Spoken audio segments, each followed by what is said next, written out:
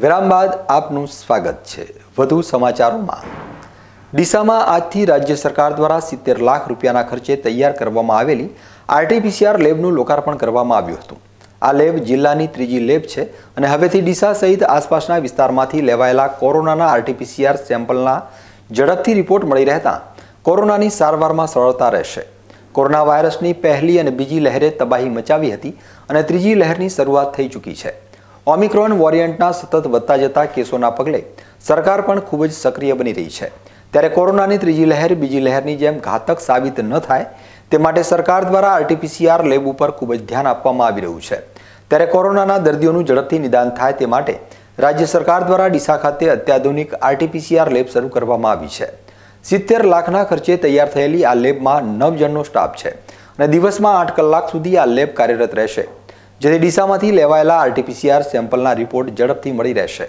ડીસામાં તૈયાર થયેલી આરટીપીસીઆર લેબમાં કેવી રીતે કામગીરી થશે અને કેવી રીતે સેમ્પલ લીધા બાદ કયા વિભાગમાં તેનું કેવી રીતે પરીક્ષણ કરવામાં આવશે તે અંગે અમારા સંવાદદાતાએ આરટીપીસીઆર લેબની સંપૂર્ણ મુલાકાત લઈ આરટીપીસીઆર લેબની કામગીરી ઉપર પ્રકાશ પાડ્યો છે।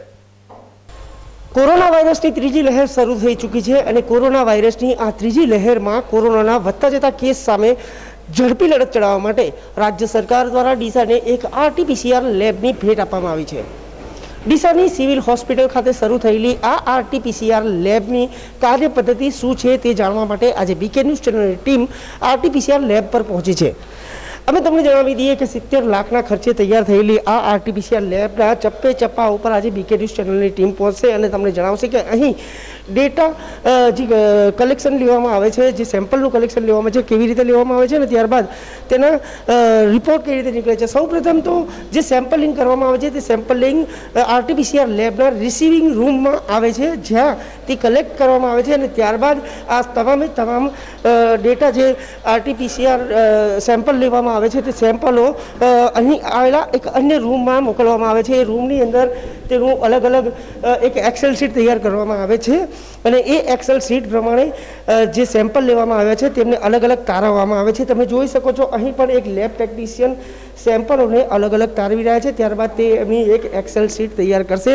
એ એક્સેલ શીટ તૈયાર કર્યા બાદ તે સેમ્પલોને આપણે ઓલિકોટિંગ રૂમની અંદર મોકલવામાં આવશે કે જ્યાં તમે જોઈ શકો છો કે 2 લેબ ટેકનિશિયન હોય છે। તે બંને લેબ ટેકનિશિયન આરટીપીસીઆર સેમ્પલ જે લેવામાં આવ્યા છે તેનું પરીક્ષણ કરતા હોય છે, તેના આરએનએ અને ડીએનએની તપાસ કરતા હોય છે। તમે જોઈ શકો છો અત્યારે એ કામગીરી ચાલી રહી છે। અહીં આરટીપીસીઆર સેમ્પલ લેવામાં આવ્યા છે, તેનું પરીક્ષણ કરવામાં આવી રહ્યું છે।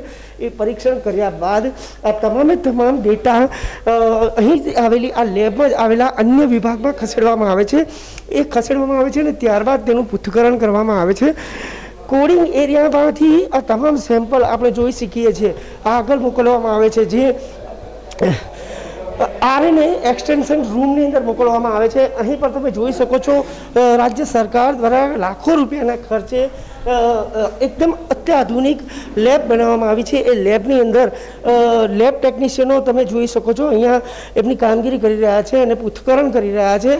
અહીં આ જે રૂમ છે તેને આરએનએ એક્સટ્રેશન રૂમ તરીકે ઓળખવામાં આવે છે। અહીં અલગ અલગ પદ્ધતિથી તેનું પરીક્ષણ કરવામાં આવે છે। ત્યારબાદ માસ્ટર મિક્સ પ્રિપેરેશન રૂમની અંદર જાય છે, ત્યાં પણ તમે જોઈ શકો છો કે અહીં પણ લાખો રૂપિયાના ખર્ચે જે સાધન સામગ્રી સરકાર દ્વારા વસાવવામાં આવી છે, જે આરટીપીસીઆર ટેસ્ટ કરવા માટે બહુ મહત્વની છે અને તેના પરિણામ લાવવા માટે આ જે સાધન સામગ્રી છે તે ખૂબ જ ઉપયોગી સાબિત થઈ શકે છે। ત્યારબાદ પીસીઆર રૂમની વાત કરવામાં આવે તો તમામ સેમ્પલિંગ થયા બાદ તેના રિપોર્ટ તૈયાર કરવા માટે પીસીઆર રૂમની અંદર આખી ટીમ આવતી હોય છે અને એ તમામ સેમ્પલ અહીં આવતા હોય છે। અહીં માઇક્રોબાયોલોજિસ્ટની એક પોસ્ટ છે જે અહીં રહેલા વાયરસ અને તેનું પૃથ્થકરણ કરે છે। આપણે એમની સાથે વાળી અને વાત કરીશું અને ચર્ચા કરીશું કે આ આખી પ્રોસેસ કઈ રીતની થાય છે। જે વાત કરવામાં આવે તો ડીસામાં આજથી જે આરટીપીસીઆર લેબ શરૂ થઈ છે તો શું છે તેની સમગ્ર કામગીરી? આરટીપીસીઆર લેબમાં જે પણ કોવિડ પેશન્ટ્સના જે સિમ્ટમેટિક પેશન્ટ્સ હોય કોવિડ માટેના એ લોકોને આપણે સેમ્પલ કલેક્શન કરીને એ સેમ્પલનું આરટીપીસીઆર ટેસ્ટિંગ કરીએ છીએ। આરટીપીસીઆર એટલે કે ન્યુક્લિક એસિડની મેથડ છે અને એ વધારે સેન્સિટિવ અને વધારે સ્પેસિફિક છે એન્ટીજન ટેસ્ટ કરતાં. એન્ટીજન ટેસ્ટ એટલું બધું સ્પેસિફિક અને સેન્સિટિવ નથી, એટલા માટે પેશન્ટનું વધારે કન્ફર્મ રિઝલ્ટ લાવવા માટે આપણે RT-PCR ટેસ્ટિંગ કરતા હોઈએ છીએ. આ RT-PCR લેબની અંદર એક સેમ્પલ લીધા બાદ ત્યાંના જે પરિણામો આવે છે ત્યાંની સમગ્ર પ્રોસેસ શું હોય છે? સમગ્ર પ્રોસેસમાં સૌથી પહેલાં સેમ્પલ રિસીવ થાય રિસીવિંગ રૂમમાં, અને એનું પછી કોડિંગ થાય. એમાં લેબોરેટરીનો એક સ્પેસિફિક આઈડી આપવામાં આવે દરેક પેશન્ટને, ને એ આઈડી પરથી પછી એની બાકીની પ્રોસેસ થાય. સૌથી પહેલાં એલિકોટિંગ રૂમમાં જ્યારે એ સેમ્પલ જશે ત્યારે એની ઉપર લેબ આઈડી પાડવામાં આવશે. એના પછી એ વાયરસ લાઇસિસવાળા રૂમમાં જશે, જ્યાં એમાંથી RNA એક્સટ્રેક્શનનું સ્ટેપ્સ શરૂ થશે. એની પછી સેકન્ડ રૂમ જે છે એમાં RNA એક્સટ્રેક્શનમાં સેન્ટ્રીફ્યુગેશન થશે સેમ્પલનું, અને સ્ટેપ વાઇઝ પ્રોસેસ થઈને એનું આપણે at the end of the process RNA extract કરીશું. જ્યારે RNA એક્સટ્રેક્ટ થઈ જાય ત્યારે એને બીજી એક કીટ આવે છે આપણી પાસે, એને માસ્ટર મિક્સ પ્રિપેરેશન અથવા તો PCRની કીટ કહેવામાં આવે. એ PCRની કીટમાં આપણને પ્રાઇમર પ્રોબ પ્રોવાઈડ કરેલા હોય. એ પ્રાઇમર પ્રોબની સાથે જ્યારે RNA મિક્સ થાય ત્યારે એ એક સાયકલ જનરેટ થાય એમાંથી, અને એ સાયકલનો રન કરવા માટે આપણી પાસે એક PCR મશીન છે, હાઈ મીડિયાનું મશીન છે આપણી પાસે, હાઈ મીડિયા કંપનીનું, અને એમાં એક સાથે આપણે 96 એટલે કે 96 સેમ્પલના ટેસ્ટ કરી શકીએ. અને એ રન પૂરો થવામાં મિનિમમ 2 કલાક લાગે. ખાલી એ PCR મશીનમાં રન પૂરો થવામાં 2 કલાક લાગે, અને ઓવરઓલ આખી સ્ટેપ 1 થી ચાલુ કરીને રિપોર્ટ જનરેટ થતાં 6 થી 8 કલાક લાગે. એટલે 6 થી 8 કલાકમાં આપણે 96 સેમ્પલના રિપોર્ટ આપી શકીએ.